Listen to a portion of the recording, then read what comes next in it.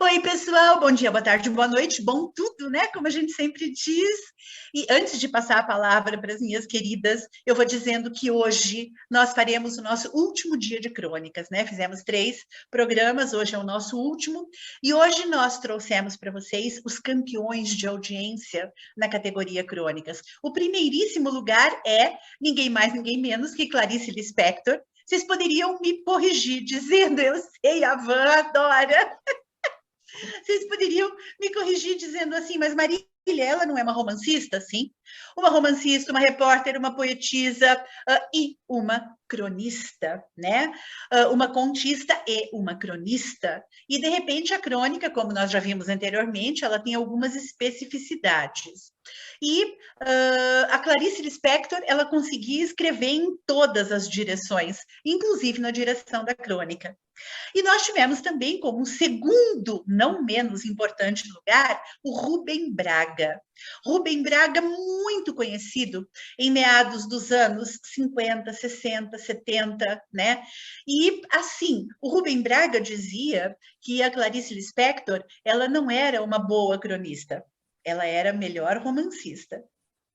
Né? E assim, coisas de escritores, né, famosos, né, que se deleitam aí nas especificidades literárias, que a gente Eles se reconhecem, né? exatamente, eles se reconhecem. Que a gente, como mero leitor, conhecendo algumas coisas, né, não vai tão a fundo. Mas eu discordo um pouquinho dele, se é que o astral me permita, mas eu acho que a Clarice, ela era tão boa cronista quanto contista e romancista, e por aí vai, né? É a tal história, né? A crônica, ela exige uma liberdade de escrita gigantesca, que muitas vezes alguns escritores não possuem. Né? Mas eu fico assim pensando, a gente tem um bocado de coisa hoje para falar desses dois, né? Desses dois gigantes com os quais a gente vai fechar as crônicas dessa semana. Eu vou passar a palavra para a Bia, que já vai fazer a parte dela. Bia, bora lá! Deixa você apresentar primeiro, que senão eu roubo a bola e vou embora. Já vou É ficar para trás. verdade. Bom, quero falar um oizinho para todo mundo. Espero que estejam todos bem. Eu estou bem também, graças a Deus. E vamos lá para mais um programa que está muito gostoso hoje. Com essa deixa, eu pego a bola e vou para frente. Agora é minha vez. Primeiramente, oi, pessoal, tudo bem? Então vamos lá começar mais um programa. Quem começa hoje sou eu. E eu tenho coisas para falar da Clarice Lispector, né, nossa queridíssima aqui do grupo. E é a seguinte: a ligação de Clarice Lispector com a imprensa, ela é antiga, né? Antes mesmo dela se tornar conhecida por seus livros, ela já havia sido redatora e repórter da Agência Nacional, emprego que ela conseguiu, né, mediante uma declaração de amor à pátria em carta que ela enviou ao presidente Getúlio Vargas. Nessa época, ela ainda não assinava as matérias. Somente alguns anos mais tarde ela começou a assinar, né? Depois do seu lançamento de seu primeiro romance, chamado Perto do Coração Selvagem. Aí sim ela passou a firmar seu nome no Jornal do Brasil. Olha, se naquela época eles pudessem voltar no tempo e saber que eles negaram, né, a autoria de uma coluna para ninguém mais, ninguém menos que a Clarice Lispector, acho que eles morreriam de vergonha. Com certeza. Pois é. Pena que muitas coisas a gente só sabe muito depois, né? Exatamente. Esse aí já é um exemplo disso. Mas, enfim, deu tempo, né? E, inclusive, eu tenho aqui um trechinho que ela disse em uma entrevista. Olha só o que ela falou. Na literatura de livros, permaneço anônima e discreta. Nesta coluna jornalística, estou, de algum modo, me dando a conhecer. Perco minha identidade secreta? Mas que fazer? É que escrevo ao correr da máquina e, quando vejo, revelei certa parte minha. Nossa Senhora. Ah, que lindo! Ela, né? Ela permanece secreta porque não diz que é ela, mas ela escreve sobre si. Então, quem sabe já sabe identificar, né? Olha que sensacional. Eu Já adoro a fez, escrita. não é? Ela já fez uma poesia com isso. Já fez, eu adoro a escrita dela, eu me identifico muito por causa dessa poesia. Ah, como que eu posso dizer? É uma poesia simples, mas é profunda, né? Tocante, e é muito coerente com o que a gente sente, não é? Assim, é um negócio muito, acho que muito claro. Eu gosto muito, até ouso a declamar às vezes algumas coisas. A Então, gente vê. né? Vocês veem. Então, a gente pode ver nisso a diferença entre escrever para um jornal e escrever para um livro. É igual o que a Marília estava falando agora, né?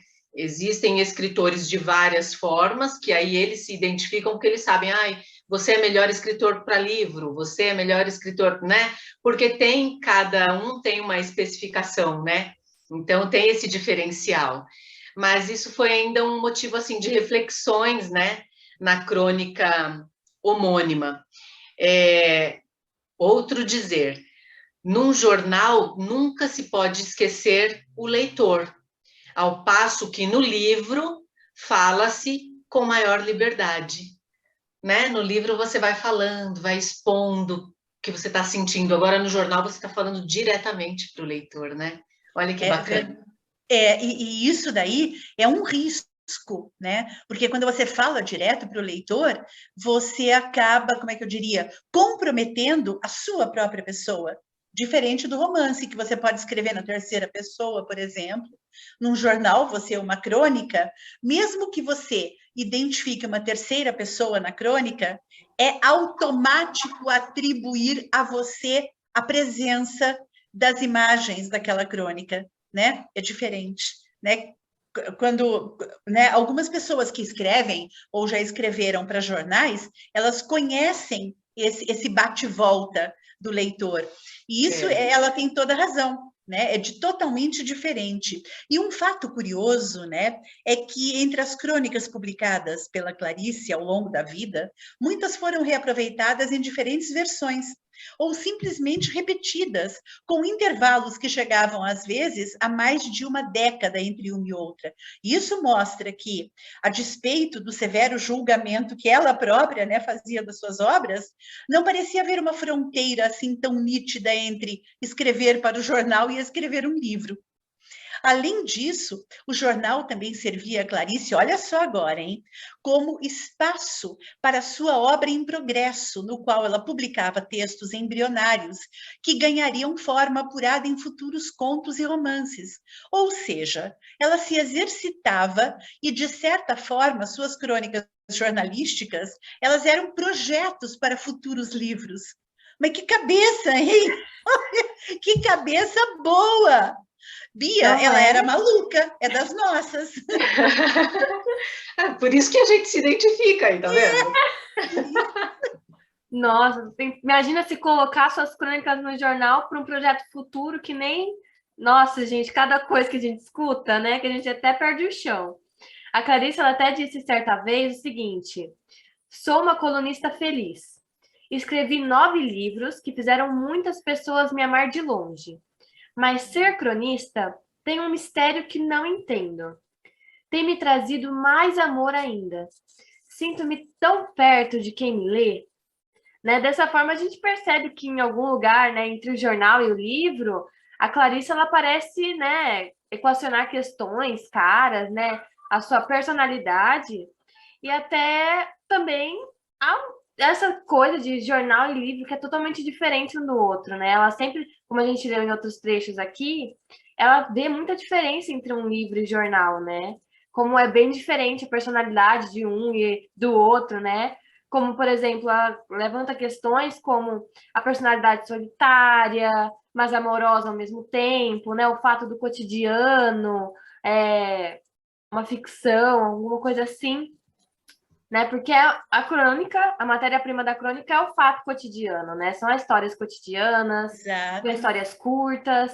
Então, assim, a autora, ela mesma, ela dá o mesmo nome, da crônica, que encontra correlatos em termos como instante exemplar, momento existencial, espanto, flash, instante já, né, que são encontrados em sua obra, por exemplo.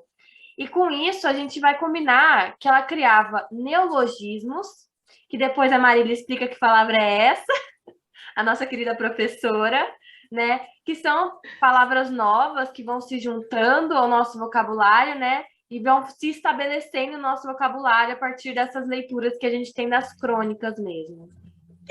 Tá aí, já aproveita, né? E fala para a gente, Mar, o que significa. Então, os neologismos são justamente esses. Por exemplo, to del, do inglês, né, não fazia parte do nosso vocabulário, até que por conta da teclinha del no computador, né, apagar, a gente passou a criar um verbo que, na realidade, ele não existe, mas nós criamos, é uma palavra nova, perfeitamente conhecida por todos, né? Ah, deleta isso, ou seja, apaga, esquece, põe fora, né? E existem outras tantas que a gente poderia aqui ficar o tempo todo falando a respeito. Resenha, por exemplo. Resenha, a malandragem conhece como papo furado. Né? E academicamente, resenha é um resumo científico obrigatório que embasa artigo científico. Né? Então, se a gente puder observar, né, a mesma palavra com conotações diferentes, né? De uma certa forma, a malandragem se apropriou e criou o seu próprio neologismo. Né? E existem outros neologismos que a gente vai criando aí, a partir do contexto cultural em que se vai vivendo. E a Lispector, ela criou muitos neologismos, como, por exemplo, momento existencial e instante exemplar, são coisas que nós usamos até hoje. É muito comum a gente ver, né? Inclusive os romancistas da atualidade, né? Os escritores, né, de hoje, se valendo dessa terminologia, desses neologismos, para poder explicar e exemplificar algumas coisas. É bacana isso, né, gente? Ela é muito, muito legal, muito legal. É interessante, né? Muito detalhezinho, né? Que a gente nem imagina. E a gente começa a estudar sobre, a gente fala, poxa, né? Não fazia ideia, né? Exatamente, onde é que estava tudo isso? É bacana conhecer, saber sobre. Mas a gente está aqui falando da Clarice, maravilhosa, e o Rubem Braga, né? Onde é que fica nessa história? O Rubem é o que a Marília já comentou aqui, né? Marília, a Bia estão comentando já que ele não gostava muito das crônicas da Clarice, né? Que era o que ele comentava, que ela era melhor nos contos e romances, né? E isso é aquilo que a gente falou. É o feeling deles com relação a como se expressar para cada questão, né? Para um jornal, para um livro, como é que... E aí que eles conseguem ir se identificando. E também é uma questão de gosto, né? Também tem isso. Fora claro. toda a técnica, todas essas questões aí, também tem o gosto, né? Pode ser que provavelmente também era de preferência dele ler os livros, ler os romances, os contos dela mais do que as crônicas, né? E, bom, para ele também, ele trabalhava, né, mais com o texto lisérgico, que é outra palavra que a Marília irá esclarecer para nós. Então, ele escreveu sobre Brasília. Mas olha a ironia dele ter escrito sobre Brasília. Foi publicado no volume de contos completos, organizado pelo biógrafo Benjamin Moser. E, em contrapartida, a célebre crônica Felicidade Clandestina também entrou nas antologias dos contos. E, nesse sentido, a leitura de todas as crônicas, que foi pela editora Rocco, né? Tijolaço de quase 700 páginas, assim, um negócio... Gente, eu não tenho essa fôlego para pegar um livro, uma coisa de 700 páginas e ler, gente. Isso precisa muita coragem e muita ânsia. Mas tem gente que, né, devora um negócio assim em uma semana, em poucos dias. Eu fico impressionada. Algum dia eu adquiro essa habilidade. Mas nos convida, né, a uma reavaliação do veredito emitido por ele, né, pelo próprio mestre aí capixaba, professor Rubem Braga. E por isso podemos afirmar, sem nenhum exagero, que há uma nova Clarice Lispector que se revela e se desvela, né? Assim, é uma caixinha de surpresas, a Clarice, a gente pode falar. Ela se mostra e se abre, né? Ela se revela e se desvela. Né? E assim, o lisérgico é quando você tem um ultra-realismo. Né? É quando você consegue o realismo em cima do realismo. Né? É um realismo, como é que eu diria, frio. Né? É um realismo quadrado. Né? É um realismo mais do que descritivo.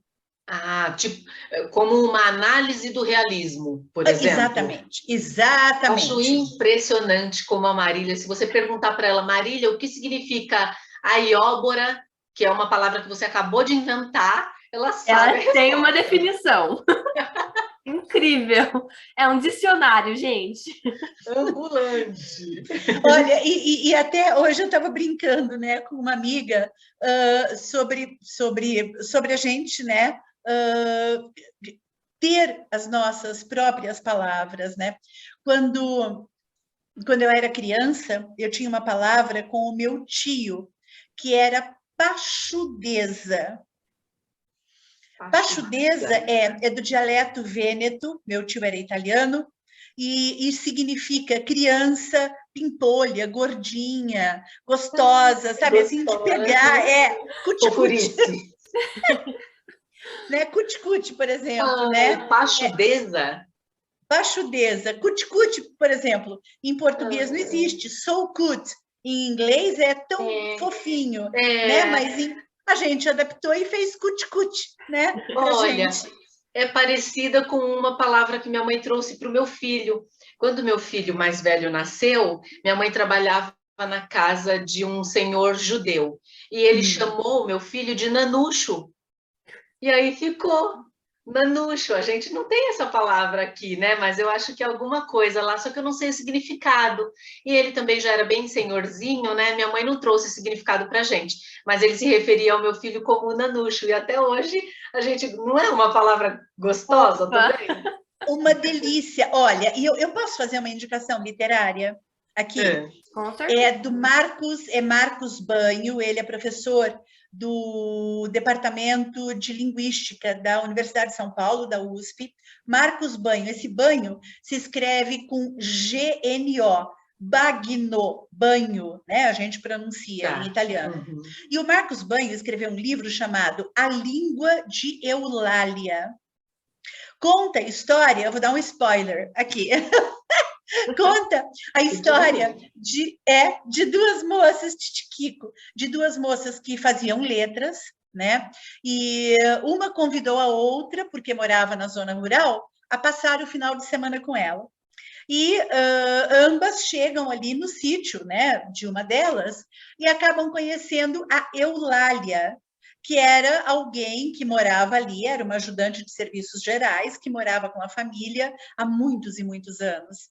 E a Eulália tinha o seu vocabulário próprio. Então, tem, por exemplo, um trechinho no livro que diz assim, né? Ela diz, Dona Marta, fazendo um bolo, né? Eu posso colocar 2 ovos aqui? E a Dona Marta diz para ela, Eulália, 2 ovos? E ela diz, não tem problema, se a senhora quiser, eu posso colocar 3 ovos. Ou seja... É ovo, não são ovos. É ovo. Sim. Ela não tinha entendido que o plural estava equivocado. E aí, o Marcos Banho, justamente onde entra o autor, ele faz uma defesa, né, exatamente de que a língua, ela nem sempre pode ou deve obedecer à norma culta como nós conhecemos. 1 ovo, 2 ovos, 3 ovos. Não, para Eulália tinha 1 ovo, 2 ovos, 3 ovos. Por quê? porque esse era o contexto cultural ao qual ela pertencia. E isso é errado? Não. Essa foi a maneira pela qual ela se identificou com o seu grupo e dentro dele conseguiu estabelecer os aspectos da convivência comunitária. Fazia sentido para ela, né? Fazia sentido. Então, a gente tem, claro, sempre que possível, instruir, mas jamais criticar ou se desfazer, né? A gente usa aqui o exemplo, caro ouvinte, apenas a título de indicação, né? Mas jamais se desfazer das pessoas que não falam como nós, né? Porque a língua, ela reflete o meio em que você vive, o meio de onde você veio. Se fosse assim, então nós começaríamos a expurgar as pessoas que têm, digamos, um sotaque diferente. Lá no extremo norte ou no extremo sul, eles falam muito diferente da gente aqui no sudeste. Sotaques, dialetos, né? Sotaques, dialetos, expressões. Por palavras exemplo, populares que às vezes a gente fala aqui, e não ou se fala no Rio de Janeiro, e para a gente fala, né? O que quer dizer? Porque a gente não ouve aqui, né? Em São Paulo. É a tal história, né? Biscoito, o que é? Aqui no Sudeste é uma coisa, no Rio é bolacha. É bolacha, você percebe? Então... e a famosa macaxeira. É macaxeira ou é mandioca? Exatamente. Né? Exato, é isso, é por aí. Né? É muito legal, é muito interessante. É bom conhecimento, cultura, né? É bom. Exato. É por isso que a língua de Eulália, né, não deve ser desprezada jamais, porque indica o meio pelo qual ela estabeleceu o contato com a comunidade dela e que todos eles dessa comunidade, falando assim, sem colocar o plural dos ovos, né, se estabeleceu e se relacionou com o mundo. Né? E quando a gente expurga esse tipo de gente só porque não fala como a gente, nós cometemos um erro crasso de convívio, de tolerância, de respeito. Né? A gente fala tanto da intolerância, né? A intolerância étnica, intolerância religiosa, que tal falarmos um pouco da intolerância das questões de norma culta, pela qual nós operacionalizamos o nosso vocabulário primário. Né? Para nós, que somos as três universitárias, tudo bem. Mas para quem não é, né, a banda toca diferente. E a gente tem que respeitar tudo isso. E aí eu pergunto, meninas, se nos desse uma inchada na mão, nós saberíamos sobreviver? Pois é. Eu não saberia. Era exatamente o que eu estava pensando, cada um no seu quadrado, né? Cada um no seu quadrado. Não é porque você escreve um livro que você sabe fritar um ovo. Opa, muito bem lembrado. Marília, não foi uma... Gente, não foi, eu vou ficar vermelha. Não foi uma indireta, mas, gente, a Marília escreve vários livros e várias coisas, mas ela não é boa na cozinha. Foi uma indireta. Te entreguei. Foi uma direta com holofote. Mas é verdade. Você quer viver atrapalhada? Por exemplo, diz, Marília, a gente vai para aí, coloca uma mesa de lanche para gente. Eu vou na padaria, compro tudo. Meu amor, me perdoa que não foi intencional. Para com isso. Foi ótimo, porque é verdade. Eu digo para a Vão, para a Bia, faz o café. Porque, sabe, não tem condição. Eu realmente, eu não tive... Então, eu não tive o quê? Eu não tive a vivência desse aprendizado. Né? Aliás, as meninas aqui estão me devendo. Receita simples, né? De coisas básicas, porque assim, o que pode parecer simples para quem, por exemplo, cresceu observando, fazendo e aprendendo, né? Eu não tive essa oportunidade. Não é simples para o outro, né? Não é porque é simples para você que para o outro também tem que ser. Até porque o outro sabe coisas e tem, né? Especialista em coisas que você não. Então a gente tem que pensar sempre nisso, né? Você quer que o outro saiba uma coisa que você sabe, mas você sabe uma coisa que ele sabe? Não. Exato. Né? Então tem que se pôr no Exatamente. lugar. Exato. E eu tenho uma experiência muito interessante que eu me lembro da minha mãe me dizendo, né? Aprenda a fazer o básico. Se você souber o básico, você se vira. O problema é que eu não aprendi a fazer o básico. Então, eu me viro assim, né? Eu faço um sanduíche, mas, né? Sabe? Por exemplo... Eu tenho certeza que isso ainda é um exagero seu. Eu tenho certeza que ainda é um exagero. Um dia a Bia e eu vamos colocar isso à prova, né, Bia? Vamos. Vocês verão que de exagero não tem nada. Tragam pronto. Ai, meu Deus. Ai, Bia, queridas. pelo amor de Deus, Bia, pega, toma, pega esse... Vamos botar o trilho, né, de volta. Vamos botar o trem nos trilhos. Vamos voltar nos trilhos, vamos voltar nos trilhos. E vocês já perceberam que quando uma começa a falar, a gente vai indo e até se perde aí no meio. Mas vamos voltar aqui. Vamos puxar de volta para nossa Clarice Lispector e Rubem Braga, né? Porque é deles que estamos falando hoje. Então vamos lá. Aos poucos, sem perceber, a Clarice ela vai cavando o seu lugar. Não é o de Rubem Braga, o de Cecília Meirelles ou o de Nelson Rodrigues, ou de Vinícius de Moraes, por exemplo. E o estilo que ela inventa é clariciano, fundado nas epifanias que irrompem ao corredor da pena. Né? A liberdade de Clarice ela entra em sintonia com a da crônica, que dá muita liberdade para o autor. É como se ela mesma dissesse: eu sei que escrevo aqui e não se pode chamar de crônica, nem de coluna, nem de artigo. Mas sei que hoje é um grito. Ou seja, dá para ver que, né, ela tá ali criando o estilo dela, pode não ser uma coisa nem outra, mas é ela, né? É ela ali se entregando. É a necessidade do dia, né? Exatamente. Eu estou com necessidade disso. Agora, que nome isso vai levar, a gente vai ver depois. É mais ou menos isso, né? Eu entendo dessa forma, mais ou menos. É o que ela está sentindo, é o que ela está precisando expor, né? Que ela coloca para fora do jeito que for. E, bem, nem sempre isso era dito assim também, né? Entendido, porque nem sempre ela respeita esse princípio, né? Da leveza requerida pela crônica, publicada no papel, né? Ali, efêmero do jornal. E com frequência ela reflete sobre o processo de criação, né? Ela diz coisas lindas sobre o ato de escrever e que para ela é uma ação espiritual, né? Uma coisa que vem de dentro mesmo, né? Então ela diz: escrever é também abençoar uma vida que não foi abençoada. Olha que profundo. Nossa, ó, mas pegando aí o gancho com a Van, olha que interessante. Um dia a Clarice acordou às 4 da madrugada. Minutos depois tocou o telefone. Era o Caetano Veloso. Conversaram até às 6 da manhã.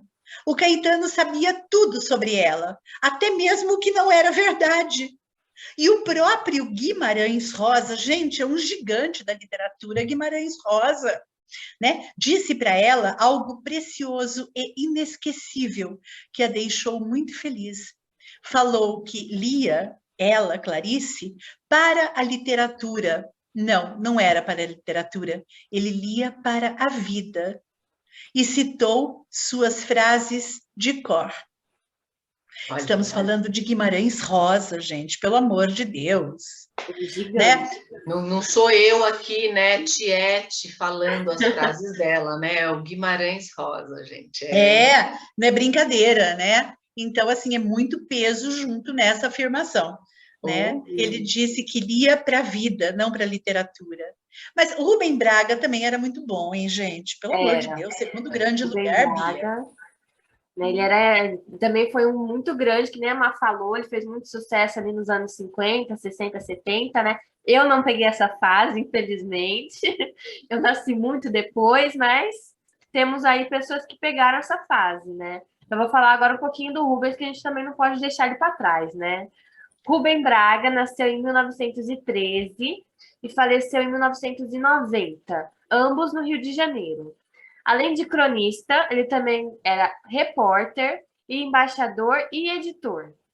Né? O seu estilo ele faz parte da segunda geração do modernismo brasileiro. A crítica sociopolítica, né, é a principal característica de seus textos, e seu primeiro livro de crônicas, chamado O Conde e o Passarinho, foi publicado. Nós aqui a gente trouxe algumas das mais consagradas crônicas, né, de Rubem, que, por certo, farão relembrar as épocas de escola de alguns, quando os livros de língua portuguesa eram recheados de crônicas, né, com o intuito mesmo de nos ensinar a falar melhor, aumentar o vocabulário, interpretar devidamente um texto, né, aquela interpretação de texto que até hoje existe, e a reconhecer também os padrões da norma culta, como é escrito, como é falado de forma natural, né? Tudo de forma natural. Para mim, é o que eu falei, eu não peguei essa fase, mas a Má, certeza que pegou para ela. Olha, eu também, viu? Né? Eu também, eu sinto saudade. Eu lembro até hoje das músicas. Tem tanta letra de música que tinha, né, Marília, que a gente estudava na escola, porque a letra da música era importante. Assim, a letra explicava, né? Era exemplo de várias coisas que a gente ia aprender, né, Má? Eu morro de saudade. Muito, é verdade, a gente tem mesmo, porque as crônicas, elas foram as nossas grandes companheiras, né? Os textos, antigamente, eram dos clássicos, eram os grandes clássicos que vinham para os livros de língua portuguesa, então os alunos acabavam acabavam realizando nesse aprendizado função dupla. Não só estudavam a língua portuguesa através de norma culta, interpretação, gramática, etc., como também acabavam associando a ideia dos grandes escritores, os grandes cronistas, os grandes poetas e os grandes intérpretes também, né? Onde entram as letras de música. Olha, eu acho que o ensino ele tem muito, a educação ela tem muito chão ainda pela frente, viu? Para recuperar o tempo que, né? Ela acabou não dando tanto valor a isso, né? Eu acho que muita coisa se perdeu, né? Sim, muita coisa que não deveria, muita coisa importante. Exatamente. Ela tem que rever esses processos, né? Ela tem que rever. Mas vamos de Rubem ainda? Vamos de Rubem. Rubem Braga. Você vai ler para a gente, Bia? Se vou, com o maior carinho. Isso chama Despedida. E no meio dessa confusão, alguém partiu sem se despedir. Foi triste. Se houvesse uma despedida, talvez fosse mais triste. Talvez tenha sido melhor assim, uma separação, como às vezes acontece em um baile de carnaval. Uma pessoa se perde da outra, procura-a por um instante e depois adere a qualquer cordão. É melhor para os amantes pensar que a última vez que se encontraram, se amaram muito. Depois apenas aconteceu que não se encontraram mais. Eles não se despediram, a vida é que os despediu, cada um para o seu lado, sem glória e sem humilhação. Creio que será permitido guardar uma leve tristeza e também uma lembrança boa, que não será proibido confessar que às vezes se tem saudades. Nem será odioso dizer que a separação, ao mesmo tempo, nos traz um inexplicável sentimento de alívio e de sossego, e um indefinível remorso, e um recôndito despeito. E que houve momentos perfeitos que passaram, mas não se perderam, porque ficaram em nossa vida, que a lembrança deles nos faz sentir maior a nossa solidão, mas que essa solidão ficou menos infeliz. Que importa que uma estrela já esteja morta, se ela ainda brilha no fundo de nossa noite e de nosso confuso sonho? Talvez não mereçamos imaginar que haverá outros verões. Se eles vierem, nós os receberemos obedientes como as cigarras e as paineiras, com flores e cantos. O inverno, te lembras? Nos maltratou, não havia flores, não havia mar, e fomos sacudidos de um lado para o outro como dois bonecos na mão de um tiretireiro inábil. Ah, talvez valesse a pena dizer que houve um telefonema que não pôde haver. Entretanto, é possível que não adiantasse nada. Para que explicações? Esqueçamos as pequenas coisas mortificantes. O silêncio torna tudo menos penoso. Lembremos apenas as coisas douradas e digamos apenas a pequenas palavras. Adeus. A pequena palavra que se alonga como um canto de cigarra perdido numa tarde de domingo. Adeus. Olha, Uau, Ivan! muito lindo, muita poesia, né? Numa crônica só. Gente do céu. Muito. Ah, eu vou ler outra também, olha, ainda do Rubem Braga. Não ameis a distância. Olha que linda. Em uma cidade há 1,5 milhão de pessoas. Em outra, há outros milhões. E as cidades são tão longe uma da outra que nesta é verão, quando naquela é inverno. Em cada uma dessas cidades há uma pessoa, e essas pessoas tão distantes, acaso pensareis, quem pode cultivar em segredo, como plantinha de estufa, um amor à distância? Andam em ruas tão diferentes e passam o dia falando línguas diversas. Cada uma tem em torno de si uma presença constante e inumerável de olhos, vozes e notícias. Não se telefonam mais, é tão caro e demorado e tão ruim, e além disso, que se diriam? Escrevem-se, mas uma carta leva dias para chegar. E ainda que venha vibrando, cálida, cheia de sentimento, quem sabe se no momento em que é lida já não poderia ter sido escrita? A carta não diz o que a outra pessoa está sentindo, diz o que sentiu a semana passada.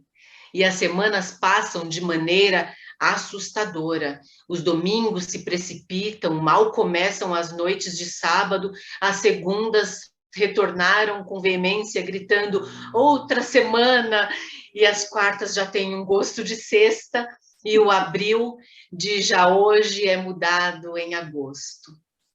Sim, há uma frase na carta cheia de calor, cheia de luz, mas a vida presente é traiçoeira. E os astrônomos não dizem que muitas vezes ficamos como patetas a ver uma linda estrela jurando pela sua existência. E, no entanto, há séculos ela se apagou na escuridão do caos. Sua luz é que custou a fazer a viagem? Direis que não importa a estrela em si mesma, e sim a luz que ela nos manda. E eu vos direi, amai para entendê-las. Ao que ama, o que lhe importa não é a luz nem o som, é a própria pessoa amada mesmo. O seu vero cabelo e o vero pelo, o osso do seu joelho, sua terna e úmida presença carnal, o imediato calor, é o de hoje, o agora, o aqui, e isso não há. Então, a outra pessoa vira retratinho no bolso, borboleta perdida no ar, brisa que a testa recebe na esquina, tudo o que for eco, sombra, imagem, um pequeno fantasma e nada mais. E a vida de todo dia vai gastando insensivelmente a outra pessoa.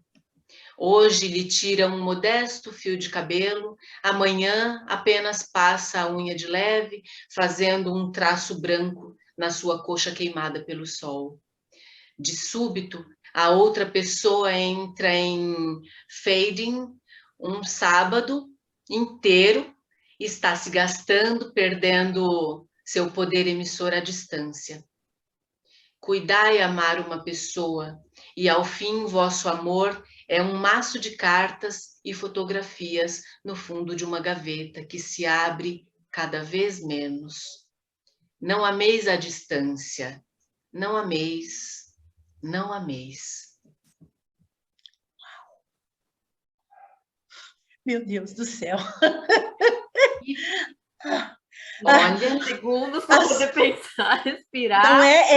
Não, realmente. É muito louco como ele consegue descrever esse negócio de infelizmente, até poético, mas é um tanto triste, né? A imagem vai se apagando da sua mente. Sim, com o claro. tempo, você precisa fazer força para lembrar da pessoa que você, em um momento, amou tanto, né? Era tão tudo para você. E hoje é isso, são uns retratos, são umas cartas de uma gaveta que você abre de vez em quando. Olha que loucura. Meu Deus do a forma céu. como ele trata isso, eu nunca pensaria dessa forma. Uma coisa tão profunda, mas que a gente entende, que a gente sente, né? Exato. A escrita é belíssima a escrita. É muito, é demais. E tem também as boas coisas da vida, né? Uma revista mais ou menos frívola pediu a várias pessoas para dizer as 10 coisas que fazem a vida valer a pena. Sem pensar demasiado, fiz essa pequena lista. Primeira, esbarrar às vezes em certas comidas da infância, por exemplo, aipim cozido, mandioca, né? Ainda quente com melado de cana que vem numa garrafa, cuja rolha é um sabugo de milho. O sabugo dará um certo gosto ao melado? Dá. Gosto de infância, de tardes na fazenda. Outra, tomar um banho excelente num bom hotel, vestir uma roupa confortável e sair pela primeira vez pelas ruas de uma cidade estranha, achando que ali vão acontecer coisas surpreendentes e lindas. E acontecem. Quando você vai andando por um lugar e há um bate-bola, sentir que a bola vem para o seu lado e, de repente, dar um chute perfeito e ser aplaudido pelos serventes de pedreiro. Ler pela primeira vez um poema realmente bom. Olha nós aí. Ou um pedaço de prosa daqueles que dão inveja na gente e vontade de reler. Aquele momento em que você sente que de um velho amor ficou uma grande amizade, ou que uma grande amizade está virando, de repente, amor. Gostei disso. Sentir que você deixou de gostar de uma mulher que, afinal, para você, era apenas aflição de espírito e frustração da carne. A mulher que não te deu e não te dá essa amaldiçoada. Viajar, partir e voltar. Quando se vive na Europa, voltar para Paris. Quando se vive no Brasil, voltar para o Rio. Pensar que, por pior que estejam as coisas, há sempre uma solução: a morte, o assim chamado descanso eterno. Ele coloca a morte como algo bom. Ou seja, São Francisco de Assis chamava a morte de irmã. Todas as coisas ao redor eram irmãs, né? A irmã árvore, o irmão rio, a irmã cachoeira, a irmã estrela, a irmã lua, a irmã morte. Porque tudo fazia parte da vida, né? Então, precisa ter uma cabeça única, né? É que tem culturas, inclusive, né, Má, que a morte é motivo de festa, né, na verdade. É verdade. No México, exatamente. Então, não é uma coisa que é para você ficar triste porque a pessoa partiu. Não, é uma celebração, é uma, né, é cultural, depende de cada povo, né, ali. E como me disseram, a pessoa não parte, ela só muda de forma. Então, olha que lindo. É forma de pensar, né? Aí realmente a morte passa a ser uma amiga, né? Às vezes ela é um socorro, né? E nós Tantas que trabalhamos vezes é um socorro. Exatamente. E nós que trabalhamos com uma lagarta sabemos bem disso, né? Não é? Uma hora a gente pode fazer a leitura de alguns textos, né? Verdade. E isso nos é permitido, certo? Verdade, a gente pode sim. Não é? Bora lá, então. Mais um. Vamos. Vamos Agora lá. quem vai sou eu. Eu vou ler Bora lá, a Binha. outra noite. Outro dia fui a São Paulo e resolvi voltar à noite. Uma noite de vento sul e chuva, tanto lá como aqui. Quando vinha para casa de táxi, encontrei um amigo e o trouxe até Copacabana. E contei a ele que lá em cima, além das nuvens, estava um luar lindo, de lua cheia, e que as nuvens feias que cobriam a cidade eram vistas de cima, enluaradas, colchões de sonho, alvas, uma paisagem irreal. Depois que meu amigo desceu do carro, o chofer aproveitou o sinal fechado para voltar-se para mim. O senhor vai desculpar, eu estava aqui a ouvir sua conversa, mas tem mesmo luar lá em cima? Confirmei. Sim, acima da nossa noite preta e enlamaçada e torpe, havia uma outra, pura, perfeita e linda.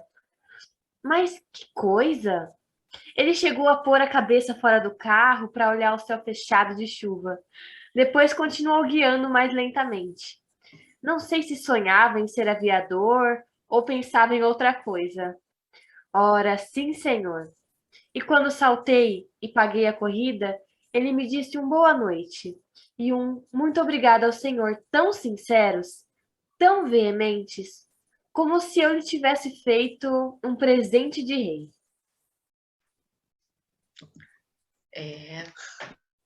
Às vezes você ouve uma frase, uma palavra, uma coisinha que parece que não é nada, mas é o que você precisa ouvir naquele momento e te faz Muda todo sentido. tudo. E aí o Exatamente. agradecimento, né? Exato. Muda tudo. Que a outra pessoa nem sabe o porquê você está agradecendo, mas é porque naquele momento aquilo te preencheu e era o que você precisava. Exatamente. Lindo. Ai, eu amo essas leituras que a gente faz das escritas, né, desses nossos autores Nós incríveis. somos suspeitas. Olha, e aí agora eu, né, aqui, não posso ficar, começo a tietar, meu Deus do céu.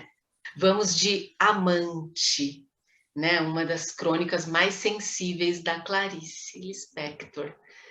Vamos lá, agora deixa eu me concentrar aqui para eu ler bonitinho. Ela era gorda, baixa, sardenta e de cabelos excessivamente crespos, meio arruivados. Tinha um busto enorme, enquanto nós todas ainda éramos achatadas. Como se não bastasse, enchia os 2 bolsos da blusa por cima do busto com balas.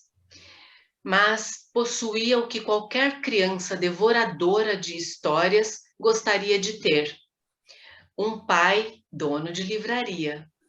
Pouco aproveitava, e nós menos ainda. Até para aniversário, em vez de pelo menos um livrinho barato, ela nos entregava em mãos um cartão postal da loja do pai. Ainda por cima, era uma paisagem do Recife mesmo, onde morávamos, com suas pontes mais do que vistas. Atrás escrevia com letra bordadíssima palavras como data natalícia e saudade. Mas que talento tinha para a crueldade! Ela toda era pura vingança, chupando balas com barulho. Como essa menina devia nos odiar, nós que éramos imperdoavelmente bonitinhas, esguias, altinhas, de cabelos livres. Comigo exerceu com calma ferocidade o seu sadismo. Na minha ânsia de ler, eu nem notava as humilhações a que ela me submetia. Continuava a implorar-lhe emprestados os livros que ela não lia. Até que veio para ela o magno dia de começar a exercer sobre mim uma tortura chinesa. Como casualmente informou-me que possuía as reinações de Narizinho, de Monteiro Lobato. Era um livro grosso, meu Deus, era um livro para se ficar vivendo com ele, comendo, dormindo e completamente acima das minhas posses. Disse-me que eu passasse pela sua casa no dia seguinte e que ela o emprestaria. Até o dia seguinte, eu me transformei na própria esperança de alegria. Eu não vivia, nadava devagar num mar suave, as ondas me levavam e me traziam. No dia seguinte, fui à sua casa, literalmente correndo. Ela não morava num sobrado como eu, e sim numa casa. Não me mandou entrar.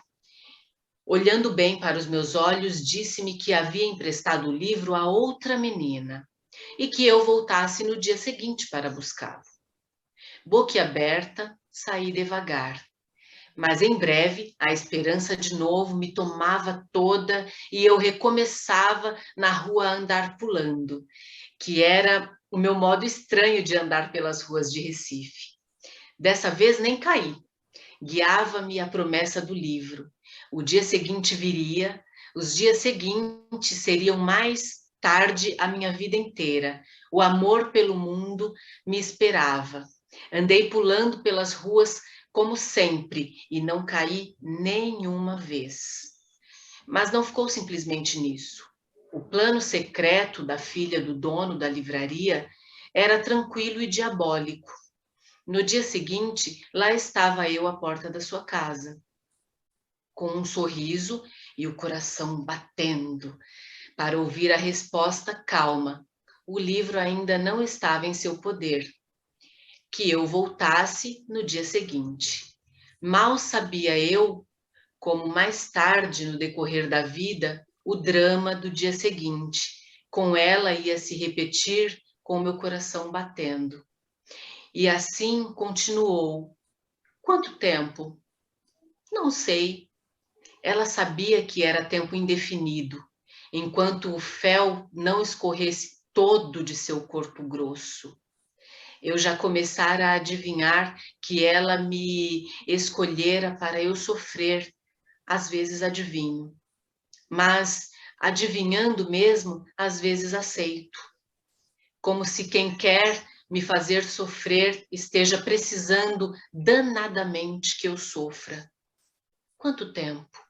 Eu ia diariamente à sua casa, sem faltar um dia sequer. Às vezes ela dizia: pois o livro esteve comigo ontem de tarde, mas você só veio de manhã, de modo que o emprestei a outra menina. E eu, que não era dada a olheiras, sentia as olheiras se cavando sob os meus olhos espantados. Até que um dia, quando eu estava à porta de sua casa, ouvindo humildemente e silenciosa a sua recusa, apareceu sua mãe. Ela devia estar estranhando a aparição muda e diária daquela menina à porta da sua casa. Pediu explicações a nós duas. Houve uma confusão silenciosa, entrecortada, de palavras pouco elucidativas. A senhora achava cada vez mais estranho o fato de não estar entendendo. Até que essa mãe boa entendeu. Voltou-se para a filha e, com enorme surpresa, exclamou: mas este livro nunca saiu daqui de casa? E você nem quis ler? E o pior, para essa mulher, não era a descoberta do que acontecia. Devia ser a descoberta horrorizada da filha que tinha. Ela nos espiava em silêncio, a potência de perversidade de sua filha desconhecida e a menina loura em pé à porta, exausta ao vento das ruas de Recife. Foi então que, finalmente, se refazendo, disse firme e calma para a filha: você vai emprestar o livro agora mesmo, e para mim, e você fica com o livro por quanto tempo quiser. Entendem? Valia mais do que me dar o livro, pelo tempo que eu quisesse. É tudo o que uma pessoa, grande ou pequena, pode ter a ousadia de querer. Como contar o que se seguiu? Eu estava estonteada e ainda recebi o livro na mão. Acho que eu não disse nada. Peguei o livro. Não saí pulando como sempre, saí andando bem devagar. Sei que segurava o livro grosso com as duas mãos, comprimindo-o contra o peito. Quanto tempo levei até chegar em casa? Também pouco importa. Meu peito estava quente, meu coração pensativo. Chegando em casa, não comecei a ler. Fingia que não o tinha, só para depois ter o susto de o ter. Horas depois abri-o. Li algumas linhas maravilhosas. Fechei-o de novo. Fui passear pela casa, adiei ainda mais, indo comer pão com manteiga, fingi que não sabia onde guardava o livro, achava-o, abria-o por alguns instantes, criava as mais falsas dificuldades para aquela coisa clandestina que era a felicidade. A felicidade sempre ia ser clandestina para mim. Parece que eu já pressentia. Como demorei, eu vivia no ar. Havia orgulho e pudor em mim.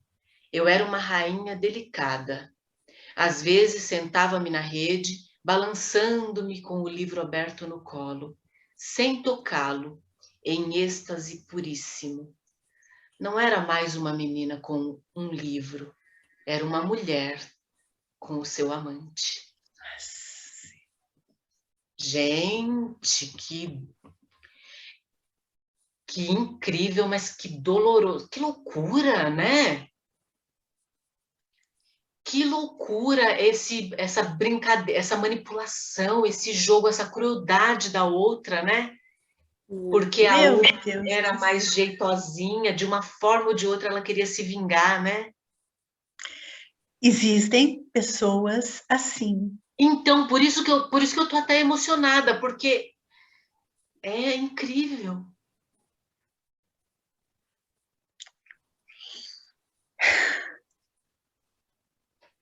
Vamos dar um minuto para absorver. É isso.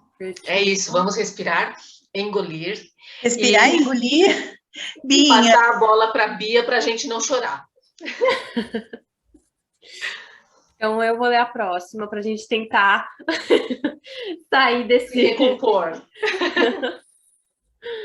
O próximo que eu vou ler chama Pertencer. Um amigo meu, médico, assegurou-me que desde o berço a criança sente o ambiente. A criança quer nela o ser humano, no berço mesmo, já começou. Tenho certeza de que no berço a minha primeira vontade foi a de pertencer. Por motivos aqui que não importam, eu, de algum modo, devia estar sentindo que não pertencia a nada e a ninguém. Nasci de graça. Se no berço experimentei esta fome humana, ela continua a me acompanhar pela vida fora, como se fosse um destino. A ponto de meu coração se contrair de inveja e desejo quando vejo uma freira. Ela pertence a Deus. Exatamente porque é tão forte em mim a fome de me dar a algo ou a alguém, é que me tornei bastante arisca. Tenho medo de revelar de quanto preciso e de como sou pobre. Sou sim, muito pobre. Só tenho um corpo e uma alma. E preciso de mais do que isso. Com o tempo, sobretudo os últimos anos, perdi o jeito de ser gente. Não sei mais como se é. E uma espécie toda nova de solidão, de não pertencer, começou a me invadir, como eras num muro. Se meu desejo mais antigo é o de pertencer, por que então nunca fiz parte de clubes ou de associações? Porque não é isso que eu chamo de pertencer. O que eu queria e não posso é, por exemplo, que tudo que me viesse de bom de dentro de mim, eu pudesse dar aquilo que eu pertenço. Mesmo minhas alegrias, como são solitárias às vezes. E uma alegria solitária pode se tornar patética. É como ficar com um presente todo embrulhado em papel enfeitado de presentes nas mãos e não ter a quem dizer: tome, é seu, abra-o. Não querendo me ver em situações patéticas e por uma espécie de contenção, evitando o tom de tragédia, raramente embrulho com papel de presente os meus sentimentos. Pertencer não vem apenas de ser fraca e precisar unir-se a algo ou a alguém mais forte. Muitas vezes, a vontade intensa de pertencer vem em mim de minha própria força. Eu quero pertencer para que minha força não seja inútil e fortifique uma pessoa ou uma coisa. Quase consigo me visualizar no berço. Quase consigo reproduzir em mim a vaga e, no entanto, premete sensação de precisar pertencer. Por motivos que nem minha mãe nem meu pai podiam controlar, eu nasci e fiquei apenas nascida. No entanto, fui preparada para ser dada à luz de um modo tão bonito. Minha mãe já estava doente, e por uma superstição bastante espalhada, acreditava-se que ter um filho curava uma mulher de uma doença. Então fui deliberadamente criada com amor e esperança. Só que não curei minha mãe. E sinto até hoje essa carga de culpa. Fizeram-me para uma missão determinada, e eu falhei. Como se contassem comigo nas trincheiras de uma guerra e eu tivesse desertado. Sei que meus pais me perdoaram por eu ter nascido em vão e tê-los traído na grande esperança. Mas eu não me perdoo. Queria que simplesmente, se tivesse feito um milagre, eu nascer e curar minha mãe. Então sim, eu teria pertencido a meu pai e a minha mãe. Eu nem podia confiar a alguém essa espécie de solidão, de não pertencer, porque, como desertor, eu tinha o segredo da fuga, que por vergonha não podia ser conhecido. A vida me fez de vez em quando pertencer, como se fosse para me dar a medida do que eu perco não pertencendo. E então eu soube. Pertencer é viver. Experimentei-o como a sede de quem está no deserto e bebe sôfrego os últimos goles de água de um cantil. E depois a sede volta, e é no deserto mesmo que caminha. Jesus! Saímos de uma para outra. Nossa, é muito profundo, né? Muito. É muito profundo. É que nem você falou, ela escreve umas coisas simples que a gente até consegue entender, mas que tem uma profundidade tão grande, um sentimento tão grande, que torna aquilo... Eu acho que talvez por essa escrita simples, né, não muito assim difícil de entender, né, eu acho que por isso que penetra, né, lá dentro da gente de uma forma mais... Porque a gente está entendendo cada palavra, e aí com isso a gente está entendendo ou sentindo cada sentimento, Sim. É muito delicado, né? Mas você vai ter que ler a última, também, que é linda, né? Ai, ai, ai, vamos lá. Meninas, eu estou arrepiada, vamos lá. Sou assim. Sou o que se chama de pessoa impulsiva. Como descrever? Acho que é assim. Vem-me uma ideia ou um sentimento e eu, em vez de refletir sobre o que me veio, ajo quase que imediatamente. O resultado tem sido meio a meio. Às vezes acontece que agi sob uma intuição dessas que não falham. Às vezes erro completamente, o que prova que não se tratava de intuição, mas de simples infantilidade. Trata-se de saber se devo prosseguir nos meus impulsos e até que ponto posso controlá-los. Deverei continuar a acertar e a errar, aceitando os resultados resignadamente? Ou devo lutar e tornar-me uma pessoa mais adulta? E também tenho medo de tornar-me adulta demais. Eu perderia um dos prazeres de que é um jogo infantil, do que tantas vezes é uma alegria pura. Vou pensar no assunto e certamente o resultado ainda virá sob a forma de um impulso. Não sou madura bastante ainda, ou nunca serei. Complementando, agora é de minha própria lavra, graças a Deus. Que nos mantenhamos assim, né? Com as crianças que nos habitam eternamente. Maturidade é bom, mas a gente tem que ter um pouquinho dessa criança que é muito importante, né? Não é? Eu aproveito aqui, queridas, foi um prazer mais uma vez, né? As crônicas que nós lemos. Foi emocionante demais. Hoje, olha, pessoal, aos que nos ouvem, eu gostaria de dizer que esse programa é para vocês, porém, nós também aproveitamos e muito, porque através dele nós estamos lendo. Nós estamos adquirindo conhecimento e muitas ideias, e isso para nós é fantástico. Nós somos apenas o porta-voz daquilo que entendemos ser o melhor, para que outras pessoas também possam compartilhar conosco desse conhecimento. Um beijo para todo mundo e até a próxima.